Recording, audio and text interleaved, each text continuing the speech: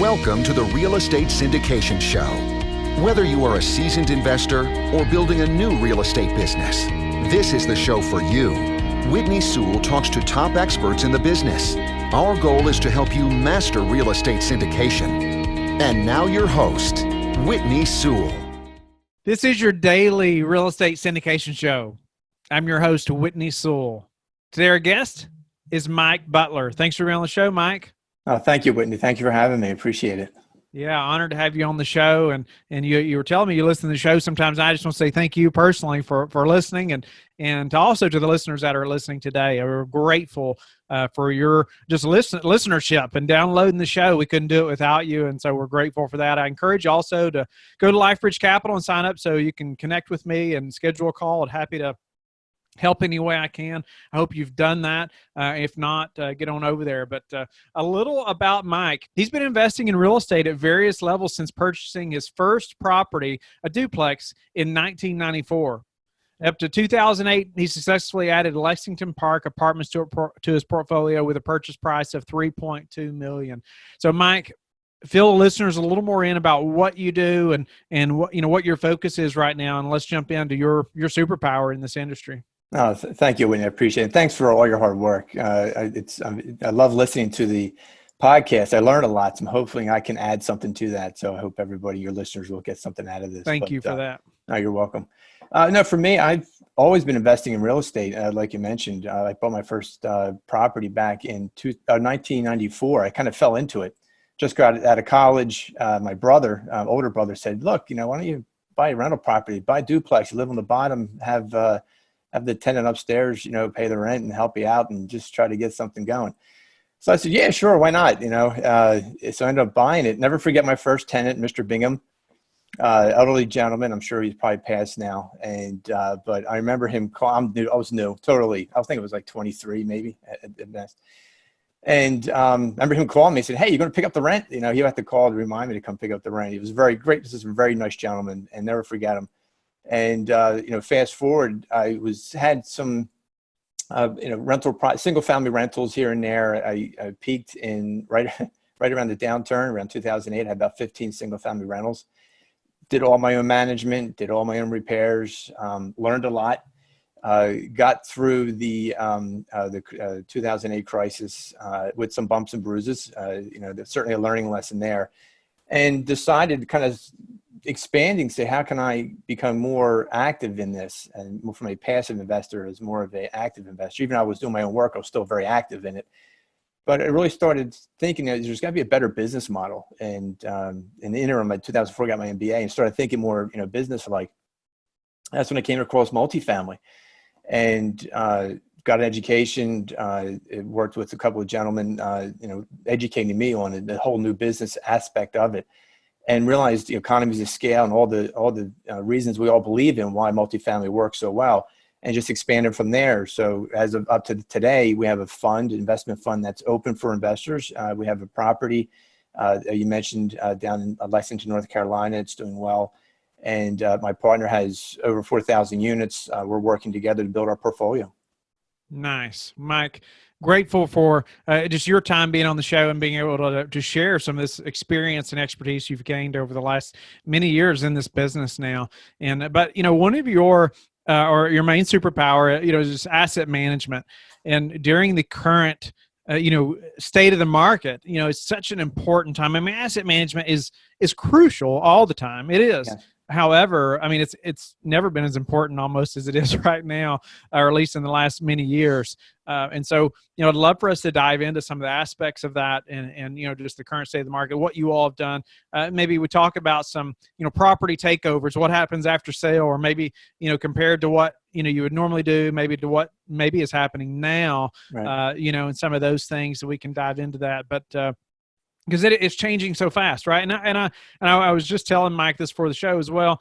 Just wanted to let the listener know that we're recording this on April the 6th of 2020, just in case, everything is changing so fast. A week from now, we could have more information that may change the way we feel about some things, about the way we're managing properties or whatever, and how we're managing our business. Or how we're moving forward and looking at how we're adjusting. So I just want the listener to know that and understand that. But Mike, get us started about just, maybe give us some asset management tips that you see maybe people weren't planning for or didn't have in place, or anything that we need to be thinking about right now.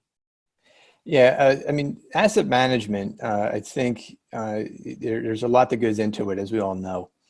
And what I've learned over the years, and especially getting into from single family to multifamily, is that if you're managing your own properties as a single family investor, or you're doing your own flips, fix and flips and what have you, those lessons are very transferable to multifamily. So all the investors out there, or the future owner operators who are on the call today, if you do have experience, it's very transferable at best. Because someone else asked me that question before, and you will gain a lot of information that you've had before you'll be able to use in the multifamily space. For those on the call who are looking, this is their first property, don't fret and don't fear. There's a lot of resources out there. There's professional property management teams. You have podcasts like this, Whitney's podcast, where you can learn a lot and really gain your information from there. But yeah, asset management now, as going through the COVID-19 crisis, has been interesting. And I think, to sum it up, I think we've never gone through this. This is a generational, hopefully never again situation where we've gone through. And I think what I've always done and continue to do so is just frequent communication. I think is the key to getting through this, and where we've gotten to today so far, as you mentioned, on April 6th, 2020. Constant communication with your tenants. They don't know what's going on. They don't know what to expect. Some don't have jobs. We have rent collections to do. And we have mortgages to pay. I've been communicating with our debt lender. So we've been on the phone a few times with them, keeping them up to breast of what's going on. And just communicating with the property manager. I mean, every aspect, there's just a really frequent communication is really what we're focused on now. And that's really helped. For sure. Yeah, I could not agree with you more. Communication, again, has always been important, but when people are uncertain of what's happening tomorrow, they want to know as much as you know, right? Yeah. And the lender communication as well. I'm glad you brought that up, because it's such a crucial relationship, and you want to be communicating with them as well. Right. But and I appreciate you highlighting just this. If you've been in single family for a while, those lessons you've learned are going to help you so much. If you're transitioning to multifamily. Yeah. But the communication key is so important. Could you elaborate a little bit on maybe, what you're communicating to tenants, or maybe we'll talk about, some of those other things, lenders and property management, but tenants, like what's important for you all to be communicating to them right now? I think right now, we've sent them the communications over the past 3 weeks. As an example, 3 weeks ago, we closed our office down, our property manager's office. Kept her home. Don't want tenants coming back and forth and probably cross infecting and what have you, and really following the CDC guidelines. So that's been it was a little nerve-wracking, if you will. We never not had a property manager on site there during office hours, and so we sent a communication email to the tenants and saying, hey, this is what the plan is. This is what she won't be there, but she's always available by phone. You can call me directly if you need to. It's really that almost an acute access that the tenants need.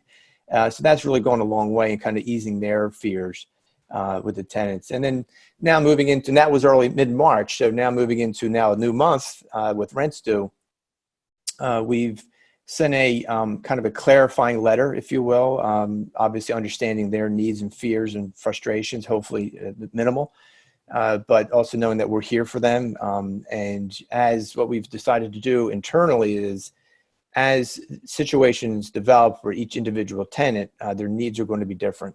And some have paid their rent already this month, or actually our collections on the 6th of this month so far have been in line month over month over the past quarter or so. So we were actually, knock on wood, hasn't really affected anything, but we'll see. And my fear is really the kind of May, June, July may be a little tough, depending on the recovery phase. But and then we'll just deal with the tenants on a case-by-case basis, and because we did explain to them, we do have needs on our end. We have to, this is a property we need to manage and keep safe and make sure that they have what they need to sustain, their rental there. So. Yeah. Yeah. I love that. And we want them to know that we're there for them, right? Exactly. We're not trying to kick them out No. now. We want to work with them. Right. We want people in the units. That's for sure. Yes. So tell me about maybe the conversations with lenders. What would that look like? What do we need to be thinking about? Like, why would we need to contact a lender right now? I know we mentioned how important it was, but I just thought you could elaborate there a little bit. Yeah. So it was, if, the owner operators out there now know that, if you have a Freddie Mac or Fannie Mae loan, an agency or a CMBS loan, they've already contacted us. I was actually surprised. I was about to call our debt servicer, and I got an email from him saying, look, Freddie Mac they're starting this forbearance program. They have this in place if you need it. Over the next 90 days, you have a kind of forgiveness, but they'll restructure the loan or have some, some kind of forbearance or future payment for any missed mortgage payments. Obviously, we don't want to do that. It's a last resort.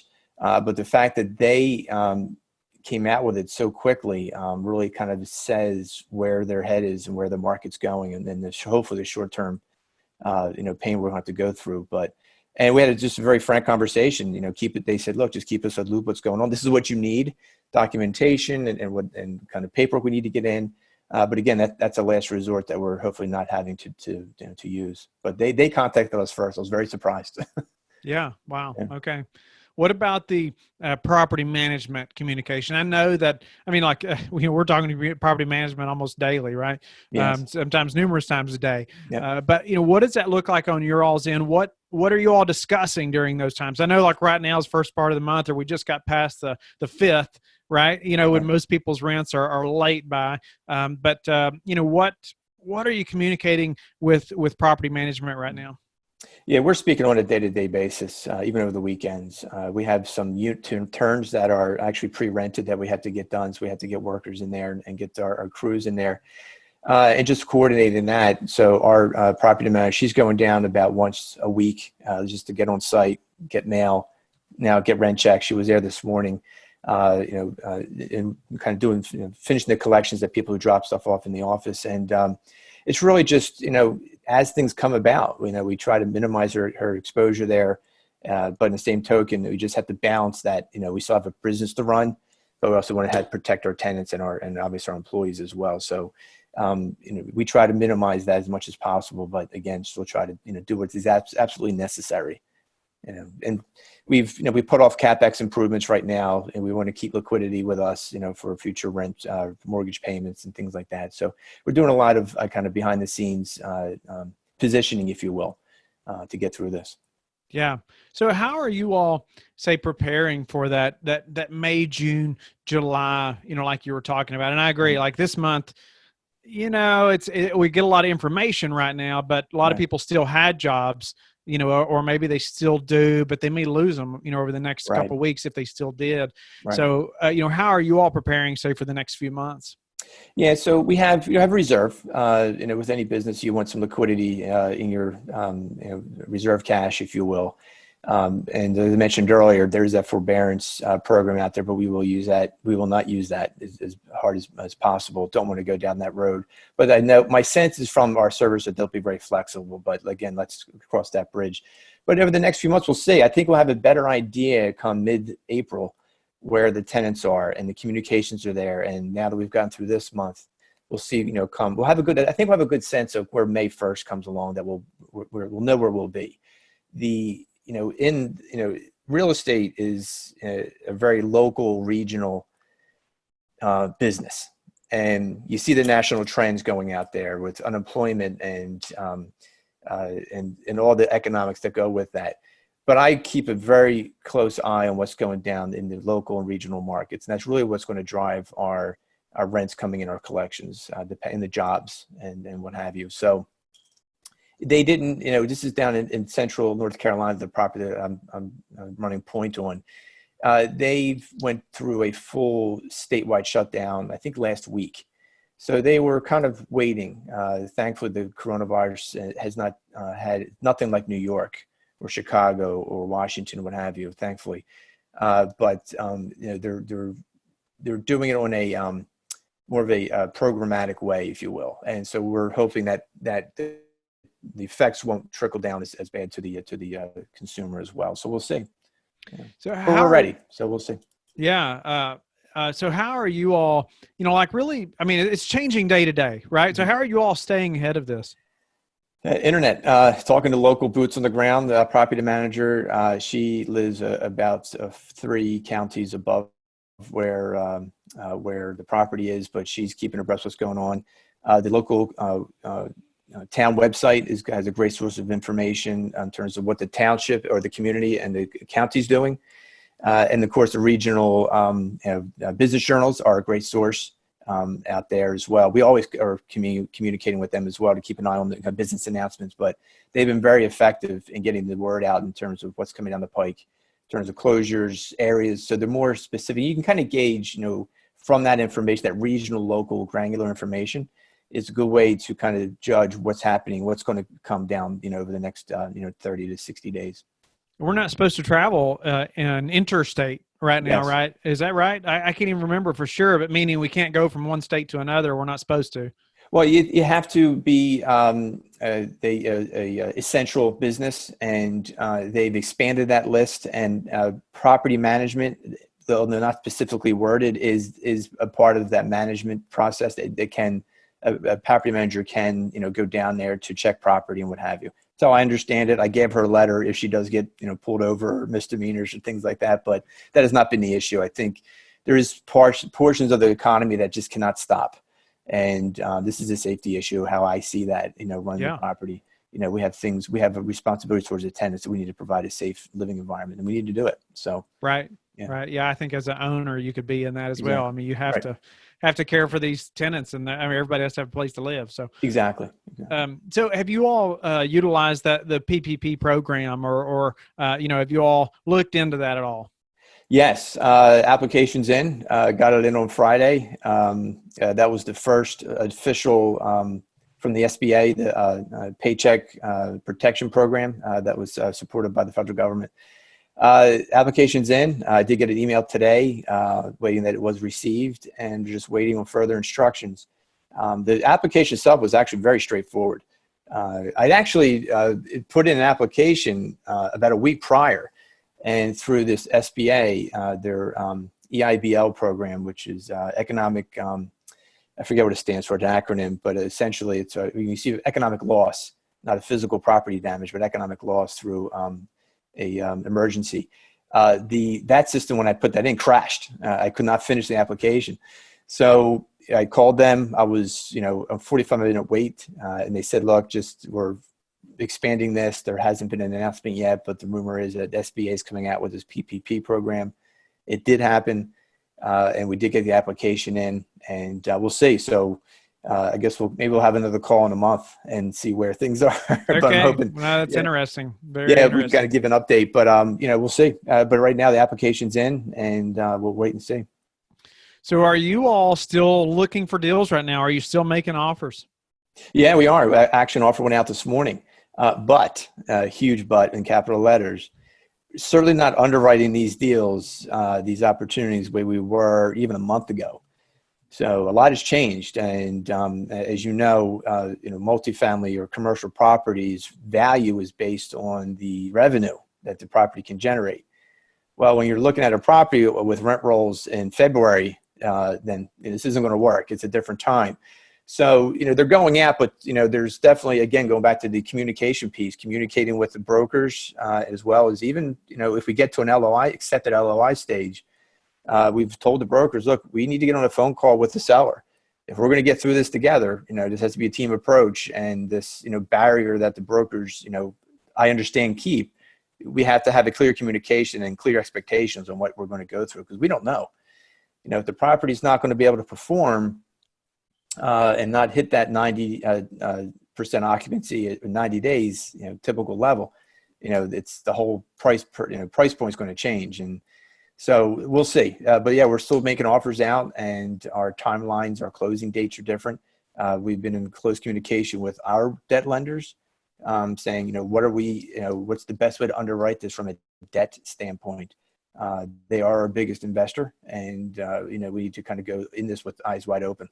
Could you elaborate on how you all changed your underwriting to plan, say, for this next 6 to 12 months? Right. Well, some guidance, along with the forbearance programs, Freddie, the agency, and Freddie Mac and Fannie Mae have set out guidelines for their underwriting, and what they've what they are insisting on is a anywhere from 9 months to 1 year escrow reserve at closing. That's to cover mortgage payments, taxes, insurance, and CapEx. So that certainly, we're looking at, close to $1 million on the deal that we just sent out this morning. It's additional capital we need to bring into the deal. That changes the rates of return, cash on cash return. It changes the purchase price. And that's our hands are being forced if we go CMBS type loans. So we have to factor that in there. So that's where the communication with the brokers, hey, this is our offer, but we're planning on X. And everybody's aware of it now. So this just came out over the past 2 weeks. So we're factoring that in there as well. And, we can get that money back if the property performs well. But I just found it very interesting that they, came back with those guidelines very quickly as well, again. And I think, the 9 months to 12 month escrow hold is kind of tells us where the government's mind is, and where, when this economy will turn around again. Why not 6 months? Why just 90 days? You had to kind of ask yourself, why is it 9 months to a year? So I think they're baking in, them being, CMBS, I think they're baking in an economic recovery somewhere, or workforce recovery, I should say, somewhere around 6 to 9 months, I'm thinking. Yeah, because even if they open everything up, the economy doesn't just take right back off. I wish. That would be great. That would be the perfect scenario. And, President Trump has said multiple times, it's a wish list. But, I think the Fed, and I think they're doing everything they can do. I just heard on the news this morning, they're talking about maybe reissuing war bonds, which I think is a great idea. And I would love to see that. I think that would go a long way into kind of providing liquidity into the federal government. So do you have a place where we could find the underwriting expectations of Freddie Fannie? Yeah, if you go to Freddie Mac, their website, or any of those GSE type, not GSE, but CMBS guide or entities, you can find their information. It's a great resource. I assume you all have changed probably your rent growth expectations and things like that over the next year as well. Yeah, exactly. If again, it's a very local, regional type of issue. We're certainly watching closely in our primary markets that we look at, that we're investing in, which is Tennessee, Georgia, and the Carolinas. We're very, very focused on the Southeast. Always have been. And so we're definitely, again, keeping abreast of how the interconnection between job growth or loss thereof and the rents and receivables. So, okay. All right, Mike, just a few more questions before we run out of time. But tell me, what was the key thing, let's say 2 months ago or 3 months ago, that you all were doing that prepared you for this event? I think, you can't prepare for something like this. You in the sense that just shutting off the economy this is unprecedented times that we're going through. But also, I think hopefully people will, everyone will glean from this is how interconnected our economy is, and how it affects our lives. I'm sure, a lot of people on this call know that, but it's interesting to see how people are realizing now, how vital, just some simple things are. But I think just having that liquidity there, if you're going and doing a syndication, which is what we do, you have to have reserves there for the unknown. We'll always want more money, but where do you strike that balance between having enough reserves and then the returns you need to provide for your investors? That's one thing that we did have and that we're continuing to use and just kind of protect, if you will, and hopefully we won't need it.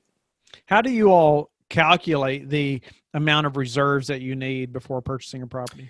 Well, there's a standard, for any in mortgage or loan that you'll get. Some mortgage they'll require a reserve. Usually, it's $200 to $300 a door, per unit. I mean, sorry, a door, but per unit that you keep there for capex and things like that. We try to, we like to, from our debt service standpoint, at minimum 3 months debt service. Like to have more. We kind of fluctuate as we, we will feed into that or build that up as we. But a minimum 3 months reserves. Now people will say, "Oh, you need 6 months." The lenders are looking for 9 months to a year. But a minimum, I think, depending on the deal and the size and Right. your cash flow, it's a very variable number. But minimum 3, ideally 6.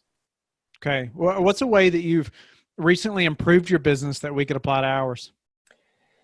I think having a strong processes in place. Going through any onboarding or takeover property, you always inherit some processes from the previous owner, whether good or bad.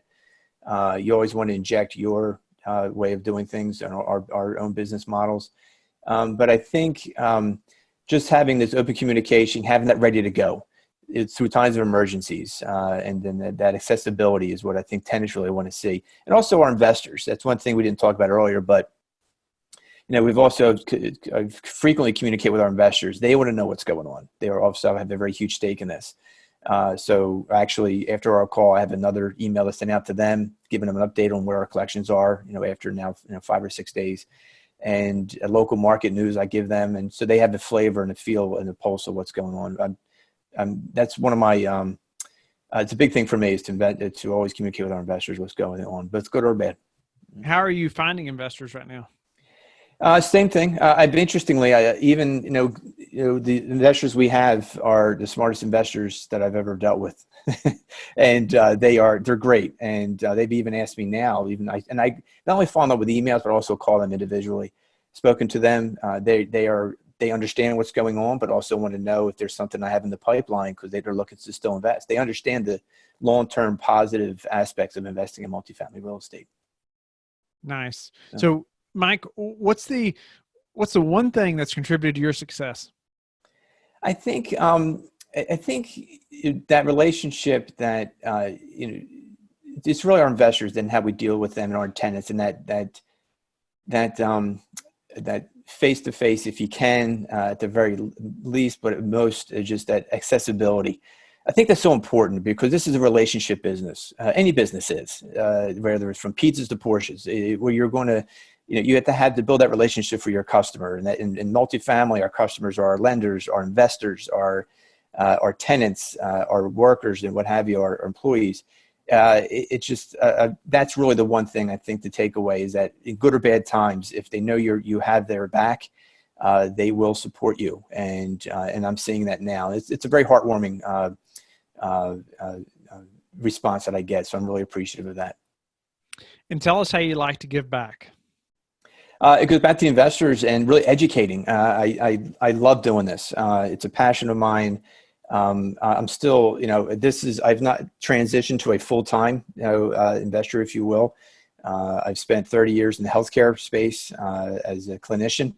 And I've actually, I kind of treat my investors as if they were my patients in the sense that, informed consent. I want them to know everything at a very granular level, what's going on. And I found that they really appreciate that. And I treat our investors as almost like they're limited partners, but I treat them as GPs. I want them to know what's going on. I always tell them, if you want to invest with us, I want you to learn as you earn. And come in, it would tell you what's going. You have a question about something. If you're looking to deal it yourself or something else or another investment, I'd be more than happy to talk about it and give my points of view on it. So I just really enjoy working with investors, teaching and other potential new investors the benefits of multifamily. I think it's I love it. Mike, unfortunately we're out of time, but thank you so much for your just willingness to share your experience and your many years of experience investing in real estate, and now your syndication business, and through this crisis as well, and how you all are moving forward and still making offers, and how what some things you all have done to safeguard yourself, and moving forward, and appreciate that. But tell the listeners how they can get in touch with you and learn more about you. They can call. I can if you're going to send information out, but you can always find me on the web. Our website is Carolina multifamilyinvestments.com. It's all one word.